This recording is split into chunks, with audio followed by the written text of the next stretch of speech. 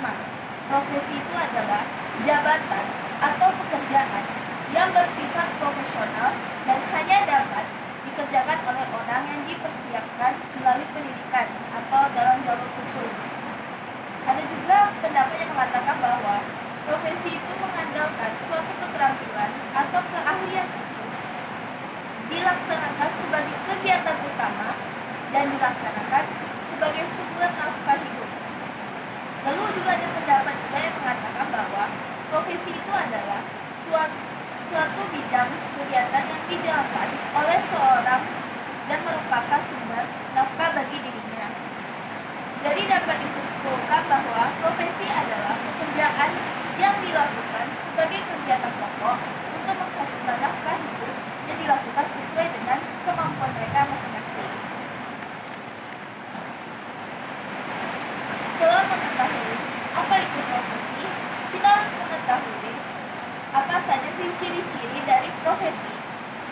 Adapun ciri-ciri profesi yaitu yang pertama, adanya pengetahuan khusus, biasanya keahlian atau keterampilan yang dimiliki berkat pendidikan dan pelatihan.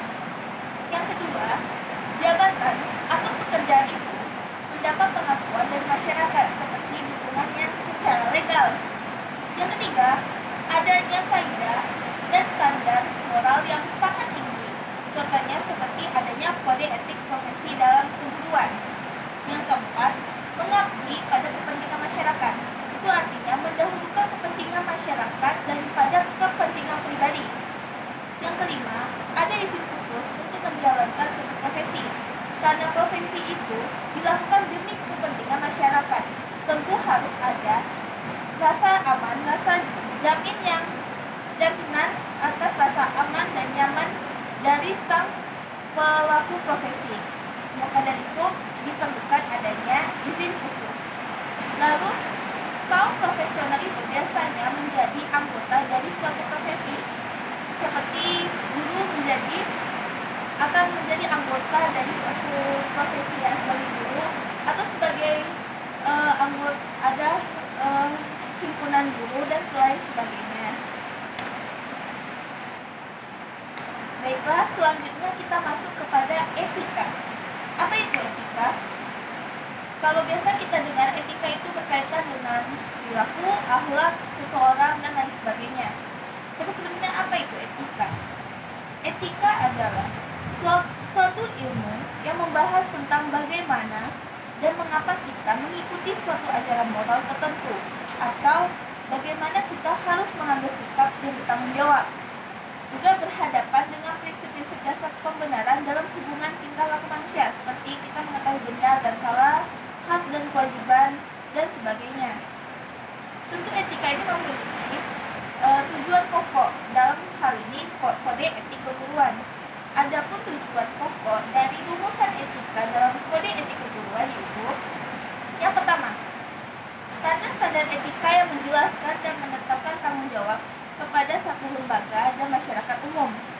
Yang kedua, membantu para profesional dalam menentukan apa yang harus mereka perbuat dalam menghadapi masalah pekerjaan. Yang ketiga, tentu standar etika ini dibuat untuk menjaga reputasi suatu lembaga tersebut.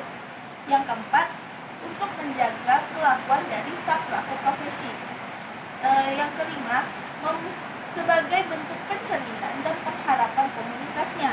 Yang keenam, juga sebagai bentuk pengharapan moral dari komunitasnya. Yang ketujuh, untuk menjaga kelakuan dari guru tersebut. Dan yang kedelapan, bila melanggar, tentu akan mendapatkan sanksi dari komunitasnya atau dari lembaganya. Baiklah, kita sudah mengetahui apa itu profesi, ciri-cirinya, kita juga sudah mengetahui tentang etika dan tujuan pokoknya. Selanjutnya kita akan membahas tentang guru. Apa itu sebenarnya? Guru itu sebenarnya apa pengertiannya? Dalam Undang-Undang Nomor 20 Tahun 2003 Pasal 39 Ayat 1 tentang Pendidikan Nasional dinyatakan bahwa guru adalah tenaga profesional yang bertugas merencanakan, melaksanakan proses pembelajaran, menilai hasil pembelajaran, melakukan pembimbingan dan pelatihan,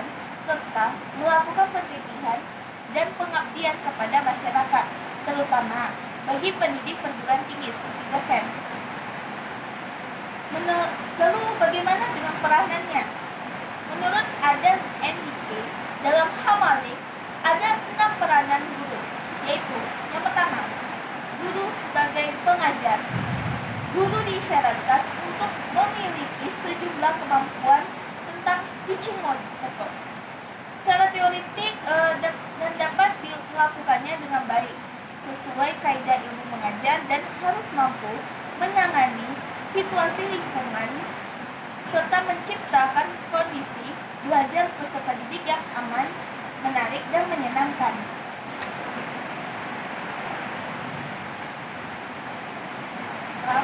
Yang kedua, guru sebagai pemimpin. Guru berperan untuk merencanakan pembelajaran dan pelaksanaan, juga mengorganisir lingkungan agar anak dengan mudah melakukan kegiatan belajar.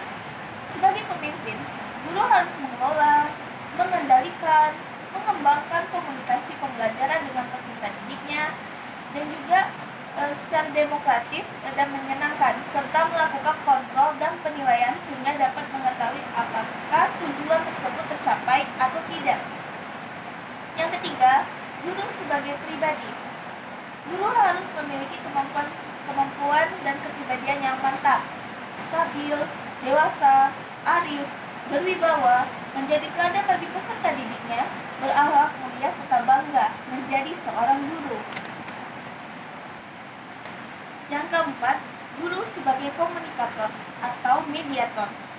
Guru harus memerankan dirinya untuk mampu menjadi mediator untuk sekolah dan masyarakat melalui upaya cerdas dalam memilih dan menggunakan pola, kedekatan, strategi, metode, dan teknik pembelajaran yang kemungkinan saling menguntungkan keduanya. Yang kelima, guru sebagai pembaru.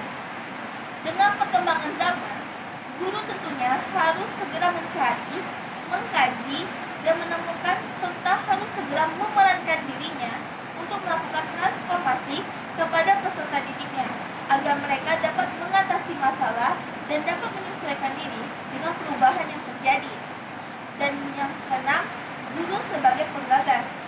Guru harus mampu memberikan sumbangan gagasan dalam upaya mengembangkan praktik pendidikan yang efektif atau menggagas hal-hal yang bersifat kreatif, inovatif, dan efektif. Baiklah, selanjutnya kita akan masuk kepada pembahasan terakhir, yaitu syarat-syarat yang harus dipenuhi jika ingin menjadi guru. Menurut Yamin, ada beberapa syarat yang harus dipenuhi jika ingin menjadi guru, yaitu yang pertama, guru harus memiliki keahlian sebagai guru. Tentunya guru harus memiliki keahlian dalam mengajar, mendidik, dan juga dalam bersosialisasi dengan murid-muridnya. Yang kedua, guru harus memiliki pemahaman dan pengetahuan yang luas, karena keingin-tahuan peserta didik itu sangat luar biasa. Jadi sebagai guru, kita tentu harus memiliki pengetahuan untuk bisa menjawab berbagai macam pertanyaan yang muncul pada kepala peserta didiknya. Yang ketiga, guru harus memiliki mental yang sehat. Tentu guru akan menghadapi berbagai macam karakter peserta didiknya dan harus memiliki mental yang sehat. Dia tidak boleh pemarah karena itu akan menyebarkan rasa takut. Guru juga tidak boleh pemalu karena bagaimana dia ingin mengajar muridnya jika dia pemalu dan tidak banyak bersosialisasi dengan peserta didiknya dan lain sebagainya. Yang keempat, guru harus memiliki kepribadian yang baik dan terintegrasi. Guru adalah contoh yang akan ditiru oleh murid-muridnya di sekolah. Bisa dibayangkan jika guru memiliki kepribadian yang buruk dan peserta didiknya mengikutinya, tentu akan menyebabkan peserta didik itu memiliki kepribadian yang buruk pula, dan ini sangat tidak disarankan dan juga ini sangat mempengaruhi masa depan mereka, masa depan peserta didik tersebut. Maka dari itu guru tentu harus memiliki kepribadian yang baik. Yang kelima, guru harus berbadan sehat. Tentu guru itu harus memiliki stamina dan fisik yang sehat untuk mengajar peserta didiknya. Jika beliau sakit-sakitan atau stamina-nya kurang, tentu peserta didiknya tidak akan merasa bersemangat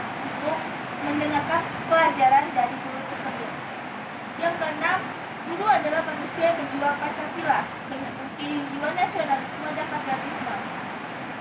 Tentu guru harus memiliki jiwa tersebut, karena dia akan mengajarkan bagaimana cara menjadi warga negara yang baik, dan juga guru harus menjadi contoh bagi peserta didiknya untuk mencintai negaranya, mencintai bangsanya, mencintai tanah airnya. Dan yang terakhir adalah guru adalah seorang warga negara yang baik.